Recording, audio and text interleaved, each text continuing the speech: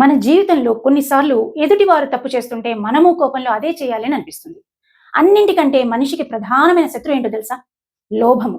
లోభము అంటే పిసినారితనం అనేది ఒకటే కాదు, అంతకు మించి అవతల వాళ్ళకన్నా నేనే బాగుపడాలి, నా వాళ్లే అందరికన్నా బాగుండాలి అన్న భావన.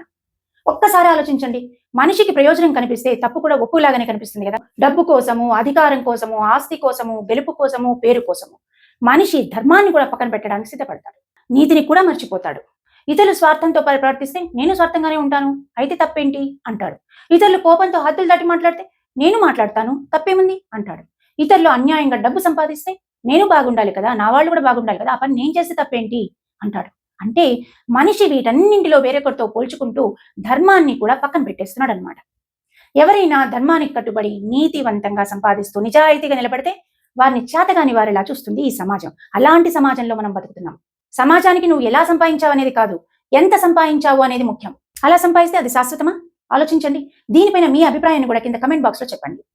అర్జున విషాద యోగంలో 38-39 శ్లోకాల్లో అర్జునుడు ఒక గొప్ప ధార్మిక సందేహాన్ని వ్యక్తం చేస్తాడు. అదేందో చూద్దాం. యత్యప్యేతేన పశ్యంతి లోభోపహత చేతసః కులక్షయకృతం దోషం మిత్రద్రోహే చ పాతకం కథన్న జ్ఞేయమస్మాభిః పాపాదస్మాన్నివర్తితుం కులక్షయకృతం దోషం ప్రపశ్యద్భిర్జనార్దన.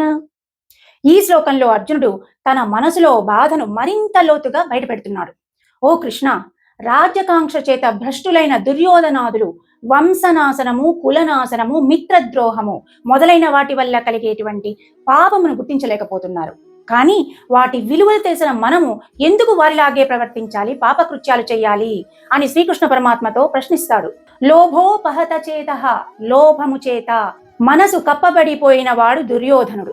ఆ కాలంలో దుర్యోధనుడు లోభం చేత కప్పబడిన వాడైతే ఈ కాలంలో ఆల్మోస్ట్ అందరూ కూడా లోభము చేత కప్పబడిన వారే కాదంటారా? కామ, క్రోధ, లోభాలను దుష్టత్రయాలు అంటారు. ఈ దుర్గుణాలు నరకానికి ద్వారాలుగా శ్రీకృష్ణ పరమాత్మ ముందు వర్ణించడం జరిగింది. ఈ దుర్గుణాలు మనిషి మనసును కలుషితం చేసేస్తాయి. అందుకని ఇలాంటి వారిని అస్సలు దగ్గరికి రానికూడదు. ఇలాంటి వారి బుద్ధి కూడా పతనానికి దగ్గరలో ఉంటుంది. అందుకని అర్జునుడు ఇక్కడ ఒక గొప్ప ధార్మిక సందేహాన్ని వ్యక్తం చేస్తాడు. దుర్యోధనుడు మరియు కౌరవులు లోభంతో గుడ్డివాళ్ళైపోయారు. అందుకని వాళ్ళకి ధర్మాలు గుర్తించలేకపోతున్నారు. కానీ మనకు ఆ పాపం తెలిసినప్పుడు మనం కూడా అదే పని చేయడం ఎందుకు అన్నది అర్జునుడి ప్రశ్న. ఇది కేవలం యుద్ధానికి సంబంధించిన ప్రశ్న మాత్రమే కాదు, ఇతరులు తప్పు చేస్తున్నారు కాబట్టి మనం కూడా తప్పు చేయాలా అనే జీవిత ప్రశ్న. ఆ సమయంలో అర్జునుడు ఒక యోధుడిగా కాదు, విలువలు తెలిసిన మనిషిలా మాట్లాడుతున్నాడు. ఇలాంటి మనస్తత్వానికి మనిషి జీవితానికి చాలా దగ్గర సంబంధం ఉంది.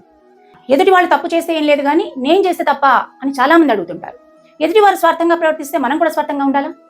అంటే మనిషికి ఉండే లోభము, కోపము, స్వార్థము ఇవన్నీ మనిషి వివేకాన్ని, విచక్షణని, బుద్ధిని కప్పేస్తాయి. ఎప్పుడైనా సరే ధర్మం తెలిసిన వాడు తన నిర్ణయాన్ని కేవలం ప్రయోజనాలపైన ఆధారపడి తీసుకోకూడదు. ప్రయోజనం కనిపిస్తే తప్పులు ఒప్పులైపోతాయా? ఆలోచించండి. అందరూ గుర్తుపెట్టుకోవాల్సిన సత్యం ఏంటంటే ఇతరులు తప్పు చేశారని మనం కూడా తప్పు చేయకూడదు. ధర్మం అంటే అందరూ చేసే పని మనం చేయడం కాదు, తప్పు అని తెలిసిన దాన్ని చేయకుండా ఉండడం, అంతే కదా. ఇప్పుడు ఇంత చెప్పుకున్నాం కదా, మరి మనిషికి ఆశ ఉండకూడదా అన్న ప్రశ్న అందరికీ వస్తుంది. అయితే సాధారణ ఆశ అనేది మనిషి జీవితాన్ని నడిపిస్తుంది. కానీ అదే ఆశ ఇతరులకు నష్టం కలిగినా పర్వాలేదు, నాకు మాత్రం లాభం జరగాలి అనే స్థితికి తీసుకెళ్తే మాత్రం అది లోభంగా మారిపోతుంది, మనిషిని పతనావస్థకు తీసుకెళ్తుంది. సో మనిషి జీవితాన్ని నడిపే ఆశ ఉండొచ్చు, కానీ మనిషిని పతనానికి చేర్చే అత్యాశ పనికి రాదు కదా. ఈ వీడియో పైన మీ అభిప్రాయాన్ని తప్పకుండా కమెంట్ రూపంలో చెప్పండి.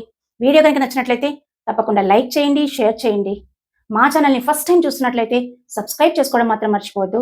మన ఛానల్లో వచ్చేటువంటి ప్రతి వీడియో మీ దాకా రీచ్ అవ్వాలి అంటే పక్కనున్న బెల్ ఐకాన్ని ప్రెస్ చేసి పెట్టుకోండి. మన ఛానల్లో వచ్చేటువంటి ప్రతి వీడియో మీరు ఈజీగా చూడగలుగుతారు.